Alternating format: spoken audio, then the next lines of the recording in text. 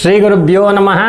ಹರಿ ಓಂ. ಗುರುಬ್ರಹ್ಮ ಗುರುವಿಷ್ಣು ಗುರುದೇವೋ ಮಹೇಶ್ವರ, ಗುರು ಸಾಕ್ಷಾತ್ ಪರಬ್ರಹ್ಮ, ತಸ್ಮೈ ಶ್ರೀ ಗುರುವೇ ನಮಃ.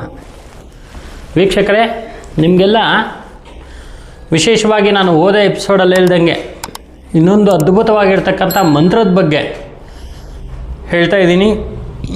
ಈ ಮಂತ್ರ ಗುರುಗಳಿಂದ ಉಪದೇಶ ತಗೊಂಡು ಮಾಡಬೇಕು. ಯಾಕೆ ಗುರುಗಳಿಂದ ಉಪದೇಶ ತಗೊಂಡು ಮಾಡಬೇಕಂದ್ರೆ, ಕೆಲವು ಮಂತ್ರಗಳಿಗೆ ನ್ಯೂಟ್ರಲ್ ಶಕ್ತಿ ಇರೋದರಿಂದ ನಿಮ್ಗೆ ಕೊಡೋದ್ರಿಂದ, ನೀವು ಅದನ್ನು ಮಾಡ್ಕೊಳ್ಳೋದ್ರಿಂದ ನಿಮಗೊಂದಷ್ಟು ಅನುಕೂಲ ಅಭಿವೃದ್ಧಿಗಳಾಗುತ್ತೆ. ಅದೊಂದು ಕಡೆಗೆ. ಇನ್ನೊಂದಷ್ಟು ಮಂತ್ರಗಳು ಅದರಲ್ಲಿರುವಂಥ ಮಹಾಶಕ್ತಿಯನ್ನು ಗುರುಗಳಿಂದ ಪಡ್ಕೊಂಡಾಗ ನಿಮಗೆ ಅದರ ಸಂಪೂರ್ಣ ಅನುಗ್ರಹ ಅಂತಕ್ಕಂಥದ್ದಾಗುತ್ತೆ. ಅಂತಹ ಮಹಾಶಕ್ತಿ ಇರುವಂಥ ಮಂತ್ರಗಳು ಯಾವುದು ಅಂದರೆ, ಶಕ್ತಿ ದೇವತೆಯಲ್ಲಿ ಇರತಕ್ಕಂಥ ಮಂತ್ರಗಳು. ದೇವಿ ಕಾಮಾಖ್ಯ, ದೇವಿ ಬಗಲಾಮುಖಿ, ದೇವಿ ಭದ್ರಕಾಳಿ, ದೇವಿ ಪ್ರತ್ಯಂಗಿರ, ತಾರಾದೇವಿ. ಈ ತಾರಾದೇವಿ ಅಂತಕ್ಕಂಥ ದೇವಿ ಇದ್ದಾಳಲ್ಲ, ಪ್ರಚಂಡವಾಗಿರ್ತಕ್ಕಂಥ ದೇವಿ. ಪ್ರಚಂಡೆ, ದೊಡ್ಡದಂಡೆ, ಮಹಾದಂಡೆ, ಮಹಾಶಕ್ತಿ, ಮಹೋರೂಪಿಣಿ, ಮಹಾಬಲೆ, ಮಹೋತ್ಸಹೆ, ಈ ಥರ ಮಹಾಶಕ್ತಿಗಳಿರ್ತಕ್ಕಂಥ ಮಹಾದೇವಿ ಯಾರು ಅಂದರೆ ತಾರಾದೇವಿ. ಇಡೀ ನಕ್ಷತ್ರ ಮಂಡಲವನ್ನೇ ತನ್ನ ಬಾಯಲ್ಲಿ ಇಟ್ಕೊಂಡಿರ್ತಕ್ಕಂಥ ದೇವಿಯವಳು ಯಾರು? ತಾರಾದೇವಿ. ತಾರಾದೇವಿ ಸೌಮ್ಯಾತಿ ಸೌಮ್ಯ ರೂಪಾಯೈ ಮಹಾಭದ್ರಾಯೈ ನಮೋ ನಮಃ ಅಂತ ಹೇಳ್ತೀವಿ. ಅಂದರೆ ತುಂಬ ಸೌಮ್ಯವಾಗಿದ್ದುಕೊಂಡೆ ಮಹಾ ಉಗ್ರ ರೂಪಕ್ಕೆ ತಿರುಗುವಂಥ ದೇವಿಯವಳು ತಾರಾದೇವಿ. ಅಷ್ಟು ಪವರ್ಫುಲ್ ಆಗಿರ್ತಕ್ಕಂಥ ದೇವಿ. ಅವರಿಗೆ ಇಂಥ ವಾಹನ ಅಂತಿಲ್ಲ. ನವಿಲು, ಗಿಳಿ, ಹುಲಿ, ಹಾವು ಎಲ್ಲರ ಮೇಲೂ ಏರ್ ಬರುವಂಥ ಶಕ್ತಿ ಇರುವಂಥ ಏಕೈಕ ದೇವಿ ಅವಳು ತಾರಾದೇವಿ. ಇಡೀ ನಕ್ಷತ್ರ ಮಂಡಲವನ್ನೇ ಕಂಟ್ರೋಲ್ ಮಾಡುವಂತಹ ದೇವಿ ಇರ್ತಾಳೆ.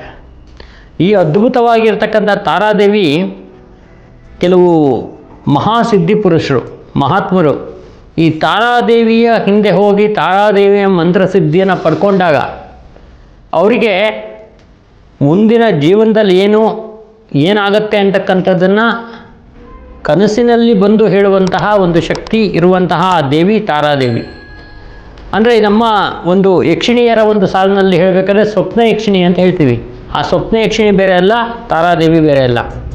ಸ್ವಪ್ನದಲ್ಲಿ ಬಂದು ಹೇಳುವಂತಹ ದೇವಿ ತಾರಾದೇವಿ ಮಹಾ ಅದ್ಭುತವಾಗಿರ್ತಕ್ಕಂಥ ದೇವಿ. ಆದ್ದರಿಂದ ಈ ದೇವಿಯನ್ನು ಕುರಿತು ಮೂಲಮಂತ್ರ ಜಪವನ್ನು ಮಾಡಿ ಆ ದೇವಿಯ ಒಂದು ಪ್ರತಿಮೆಯನ್ನು ಇಟ್ಕೊಂಡು 27 ನಕ್ಷತ್ರಗಳ ಒಂದು ಅರ್ಚನೆಯನ್ನು ದೇವಿಗೆ ಮಾಡ್ತಾ, ವಿಶೇಷವಾಗಿರ್ತಕ್ಕಂಥ ಒಂದು ಅದ್ಭುತ ವಸ್ತುವಿಂದ ಅಭಿಷೇಕ ಮಾಡ್ತಾ ದೇವಿಯನ್ನು ಒಲಿಸ್ಕೊಳ್ಳುವಂಥ ಒಂದು ವಿಧಾನ ಇದೆ.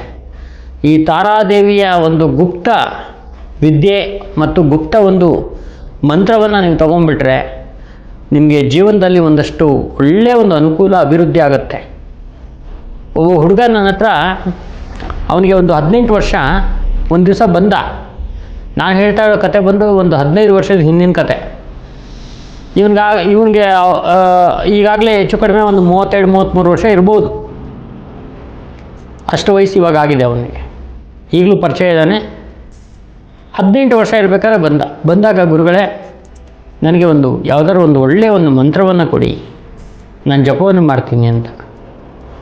ಆ ಹುಡುಗ ಏನು ಕೆಲಸ ಮಾಡ್ತಾಯಿದ್ದ ಅಂದರೆ, ಓದ್ಕೊಂಡು ನನ್ನ ಜೊತೆ ಬಂದು ನನಗೆ ಕೆಲವು ಗಿಡಮೂಲಿಕೆಗಳನ್ನ ನಾನು ಹೇಳಿದಾಗ ಜೋಡಿಸ್ಕೊಡೋದು, ತಂದುಕೊಡೋದು, ಪೂಜೆಗೆ ಒಂದಷ್ಟು ಸಹಾಯವನ್ನು ಮಾಡೋದು, ಯಕ್ಷಿಣಿಯ ದೀಪವನ್ನು ಹಚ್ಚುವಂಥದ್ದು, ನಮ್ಮ ಆಫೀಸನ್ನು ಶುದ್ಧವಾಗಿ ಇಟ್ಕೊಳ್ಳುವಂಥದ್ದು, ಬಂದ ಜನಗಳಿಗೆ ಪ್ರೀತಿನ ಮಾತಾಡಿಸುವಂಥದ್ದು, ಇದೆಲ್ಲವನ್ನು ಮಾಡ್ತಾಯಿದ್ದ ಹುಡುಗ ಅವನು.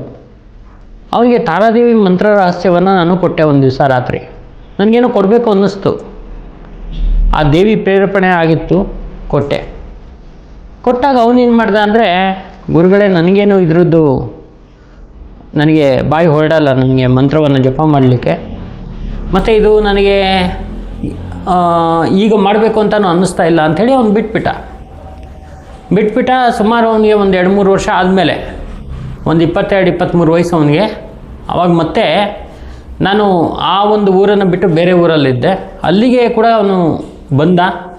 ಹೇಗೇಗೋ ಯಾರ್ಯಾರ್ದೋ ಮುಖಾಂತರ ಪರಿಚಯ ಮಾಡ್ಕೊಂಡು ಮತ್ತೆ ಬಂದಾಗ, ಗುರುಗಳೇ ನೀವು ನನಗೆ ಉಪದೇಶ ಮಾಡಿರೋ ಮಂತ್ರನ ನಾನು ಇವಾಗ ಮಾಡಬೇಕು ಅಂತ ತುಂಬ ಇಂಟ್ರೆಸ್ಟ್ ಆಗಿದೆ, ದಯವಿಟ್ಟು ಹೇಳಿ ಅಂದ. ಸರಿ ಆಯ್ತಪ್ಪ ಮಾಡ್ಕೋ ಅಂತಕ್ಕಂಥ ವಿಚಾರವನ್ನು ಹೇಳ್ತಾ ಆ ತಾರಾದೇವಿ ಮಂತ್ರವನ್ನು ಅವನು ಕೊಟ್ಟೆ. ಮತ್ತೆ ಒಂದು ಸಲ ಉಪದೇಶ ಮಾಡಿದೆ. ಆಯಿತು ಗುರುಗಳೇ ಅಂಥೇಳಿ ಅವನಿಗೆ ಏನು ಬೇಜಾರಾಗಿತ್ತೋ ಏನೋ ಗೊತ್ತಿಲ್ಲ, ಸುಮಾರು ಈ ಒಂದು ಮಂತ್ರವನ್ನು ತಗೊಂಡು ಒಂದು 3 ತಿಂಗಳು ಅವನು ಊರನ್ನೇ ಬಿಟ್ಬಿಟ್ಟ, ಆ ಊರಲ್ಲೇ ಇರಲಿಲ್ಲ. ಮತ್ತು ನನಗೆ ಒಂದು ದಿವಸ ಅಚಾನಕ್ಕಾಗಿ ಸಿಕ್ಕಿದಾಗ ಅವನು ಏನಂದರೆ ಫುಲ್ ಗೋಲ್ಡ್ ಗೈಡೆಲ್ಲ ಹಾಕ್ಕೊಂಡ್ಬಿಟ್ಟಿದ್ದಾನೆ, ಕಾರಿದೆ, ನಿಂತು ಟೀ ಕುಡಿತಾ ಇದ್ದಾನೆ. ನಾನು ಒಂದು ಕಾರಲ್ಲಿ ಬರ್ತಾ ಇರಬೇಕಾದ್ರೆ ನೋಡಿದ್ರೆ ಇವನು ನಿಂತಿದ್ದಾನೆ, ಬಹಳ ಆಶ್ಚರ್ಯ ಆಗೋಯಿತು. ಆಮೇಲೆ ಕಾರನ್ನು ನಿಲ್ಲಿಸ್ಬಿಟ್ಟು ಕರೆದೆ ಅವನಿಗೆ. ಕರೆದ ತಕ್ಷಣ ಬಂದಾಗ ಕೆಲವು ವಿಚಾರಗಳನ್ನ ಅವನು ಹೇಳಿದ್ದು ನೋಡಿಬಿಟ್ಟು ನನಗೆ ಆಶ್ಚರ್ಯ ಆಗೋಯಿತು.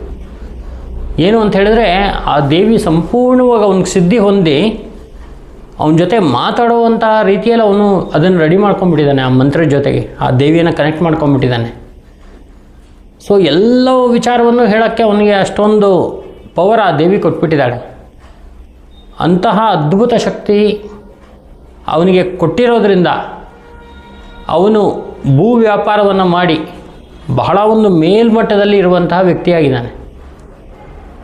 ಇಲ್ಲೇ ನಮ್ಮ ತುಮಕೂರು ರೋಡಲ್ಲಿ ಅವನೊಂದು ತುಂಬ ದೊಡ್ಡ ಒಂದು ಮನೆ ಕೂಡ ಇದೆ. ನಮ್ಗೆ ಯಾವಾಗಲೂ ಅವನು ಬರಮಾಡಿಕೊಂಡು ಪ್ರೀತಿಯಿಂದ ಬಹಳ ಒಂದು ವಿಶ್ವಾಸದಲ್ಲಿ ಮಾತಾಡ್ತಾನೆ.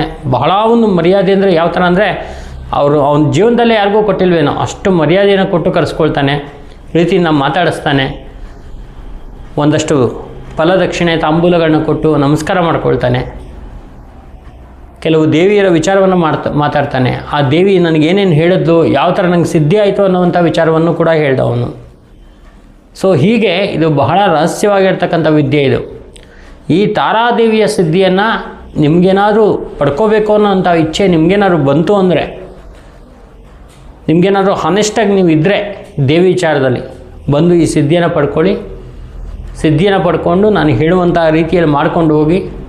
ಜೀವನ ಅಂತಕ್ಕಂಥದ್ದು ದಿನ ಅಂತಕ್ಕಂಥದ್ದು ಹೋಗ್ತಾ ಇರುತ್ತೆ, ಕಾಲ ಅಂತಕ್ಕಂಥದ್ದು ಹೋಗ್ತಾ ಇರುತ್ತೆ. ಇವತ್ತು ನಮ್ಮ ಜೋಬಲ್ಲಿ ಒಂದು 10 ರೂಪಾಯಿ ಇದ್ದರೆ ನಾಳೆ ದಿವಸ 10 ರೂಪಾಯಿ ನಮ್ಮದಲ್ಲ. ಆದರೆ ಈ ಮಂತ್ರಸಿದ್ಧಿ, ಈ ಆಧ್ಯಾತ್ಮಿಕ, ಈ ದೇವರ ಚಿಂತನೆಗಳು ಇವು ಯಾವಾಗಲೂ ಕೂಡ ನಮ್ಮ ಜೊತೆಗೆ ಇರುತ್ತೆ, ನಮ್ಮ ಕೊನೆ ಉಸಿರಿನ ತನಕ ಇರುತ್ತೆ. ಅದರಿಂದ ಯೋಚನೆ ಮಾಡಿ ನಿಮ್ಗೆ ಬೇಕು ಅಂದರೆ ಮಾತ್ರ ಬಂದು ಸಂಪರ್ಕ ಮಾಡಿ ತಗೊಳ್ಳಿ. ನಮಸ್ಕಾರ.